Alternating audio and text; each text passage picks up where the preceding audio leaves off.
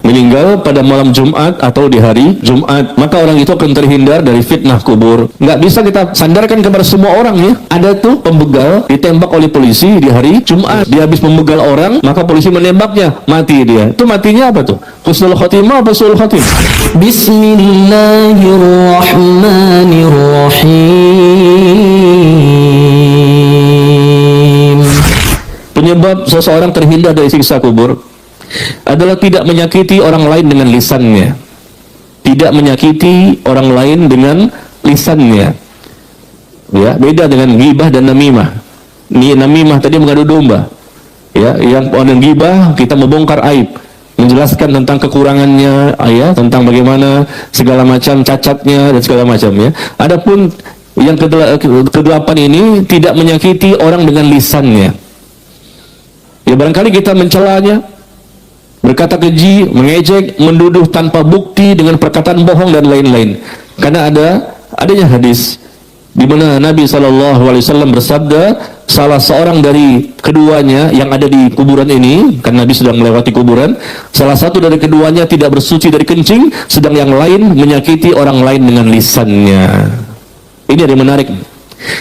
Ada seorang laki-laki suatu hari bertanya, Abu Hurairah radhiyallahu anhu, beliau berkata, ada seorang laki-laki bertanya, wahai Rasulullah, sesungguhnya ada seorang wanita. Seorang wanita ini disebutkan karena banyaknya sholat sunnah yang dia lakukan.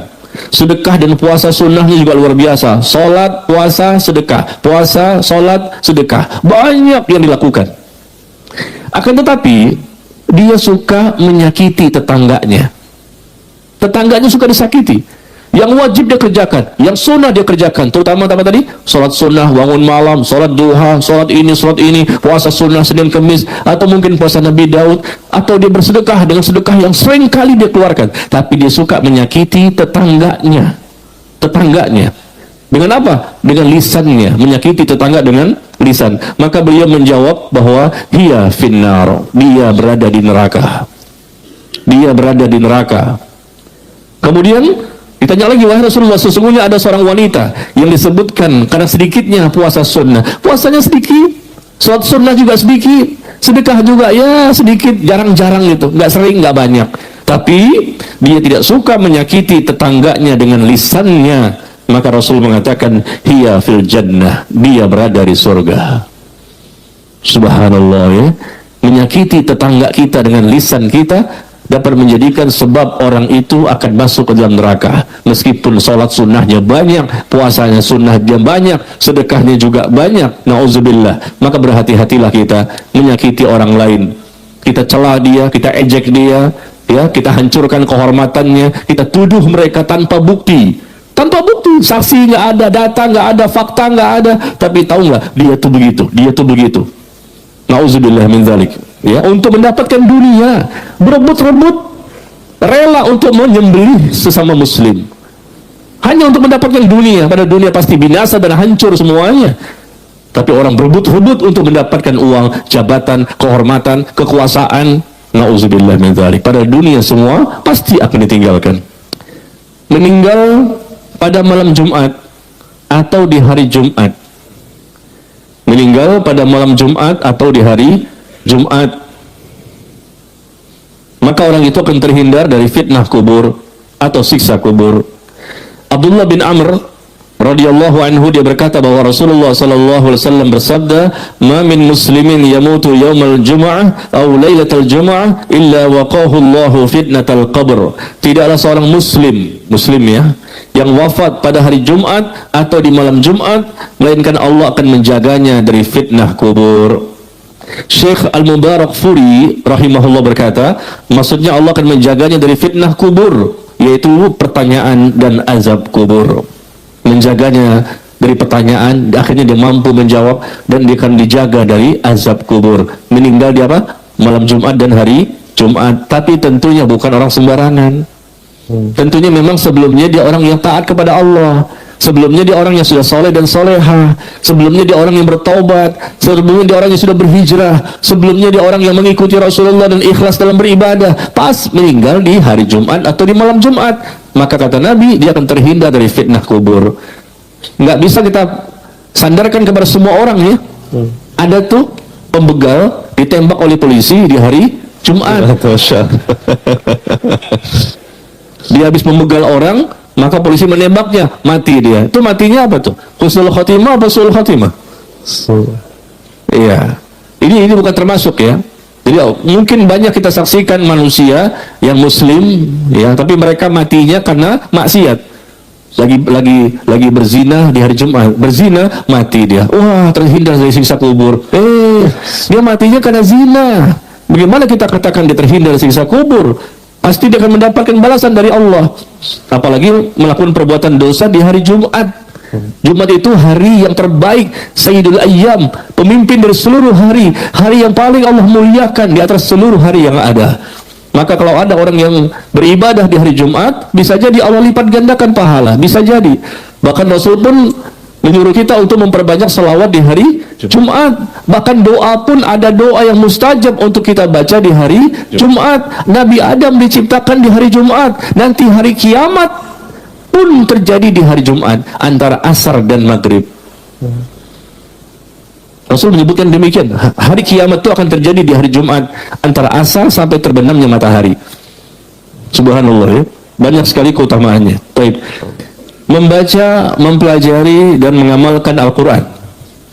Membaca, mempelajari dan mengamalkan Al-Quran. Ada hadis dari Nabi SAW ya. Anda baca cepat ya dan ringkas, karena nggak mungkin dibaca semua dengan siapa riwayatnya, ya, kitabnya apa, ya nanti bisa makan waktu banyak. Maka nanti antum bisa baca sendirilah kalau punya bukunya. Nabi SAW bersabda, yu'tar rajul fi qabrihi. Seseorang nanti akan didatangi dalam kuburnya. Didatangi oleh siapa? Malaikat. Maka ketika didatangi dari arah kepalanya, bacaan Al-Quran dapat mencegahnya. Maksudnya mencegah dari malaikat yang akan memberikan hukuman. Bacaan Al-Quran akan mencegahnya, nggak jadi dia disiksa kubur. Tetapi dalam hadis yang lain dijelaskan, ketika ya Rasul bertanya kepada dua malaikat, malaikat Jibril dan malaikat Mikail, tentang orang yang diazab di alam kubur, maka dikatakan, ya, disampaikan kepada Nabi informasinya, adapun orang yang pertama yang kamu datangi, yaitu kepalanya dipecahkan dengan batu, maka sesungguhnya ia seseorang yang mempelajari Al-Quran, kemudian ia pun menolaknya. Dia mempelajari Al-Quran, tapi setelah itu dia tolak, dia bantah, dia tentang, dia ingkari, dia berpaling dari Al-Quran. Dia pelajari, bukan dia tidak dipelajari. Apalagi dia tidak mempelajarinya. Ini dipelajari, dipecahkan kepalanya dengan batu sehingga hancur berantakan. Itu salah satu siksa kubur. Kenapa? Karena dia seseorang yang mempelajari Al-Quran, kemudian dia pun menolaknya. Lihat bagaimana sisaan yang akan dia terima nanti di alam kubur. Ini baru di kubur, bagaimana nanti di neraka. Kalau Allah tidak ampuni dosanya ketika di alam kubur, maka tentunya dia akan berlanjut dengan siksa yang akan dialami di neraka jahanam nanti. Nauzubillah. Orang yang sudah mempelajari Al-Quran tapi dia menolak, berarti dia orang munafik. Orang munafik seperti itu. Mereka hanya belajar untuk koleksi ilmu saja. Nauzubillah, nauzubillah. Mereka belajar Al-Quran, mereka belajar Islam, mereka belajar sunnah, hanya koleksi saja, dan untuk mempertontonkan bahwa mereka orang yang saleh. Kita yang sudah belajar sunnah ini belum ada jaminan masuk surga. Kalau seandainya tidak ikhlas dan mengikuti Rasul yang sebenar-benarnya. Kalau bukan karena rahmat Allah, tidak mungkin kita bisa masuk surga. Kalau bukan karena rahmat Allah, nggak mungkin kita bisa terhindar dari siksa kubur. Kita berjuang, kita tunjukkan kepada Allah bahwa kita membutuhkan rahmatnya. Maka kita pelajari Al-Quran dengan benar, kita baca, kita pahami, kita tadabburi, kita amalkan. Sangat bahagia orang yang bisa mengamalkan isi Al-Quran dengan sebenar-benarnya. Ya. Yang ke-11, berdoa agar terhindar dari siksa kubur. Berdoa agar terhindar dari siksa kubur. Nah, ini adalah suatu perkara yang sudah mungkin sering kita lakukan ya. Karena Nabi mengajarkan apabila salah seorang dari kalian membaca tasyahud akhir, maka hendaknya berlindung kepada Allah dari 4 perkara. Ketika kita baca tahiyat, innaka hamidum majid. Nah, sebelum salam hendaknya kita baca Allahumma inni a'udzubika min adzabi jahannam wa min adzabil qubur wa min fitnatil mahya wal mamat wa min fitnatil masihid dajjal. Ada 4 doa perlindungan yang Rasul ajarkan, Rasul baca, sahabat baca, apalagi kita. Ya Allah, aku berlindung kepadamu dari siksa neraka jahannam. Aku berlindung kepadamu ya Allah dari siksa kubur. Aku berlindung kepadamu ya Allah dari fitnah hidup dan mati, dan aku berlindung kepadamu ya Allah dari fitnah al-masih ad-dajjal. Ada 4 perlindungan. Kita mohon kepada Allah, berlindung kepada Allah dari siksa kubur, dan Rasul mengajarkan baca ini sebelum salam. Baca juga doa di luar sholat. Perbanyak kita berdoa kepada Allah, karena orang yang selamat di alam kubur, dia akan lebih dimudahkan Allah mengikuti tahapan-tahapan akhirat berikutnya.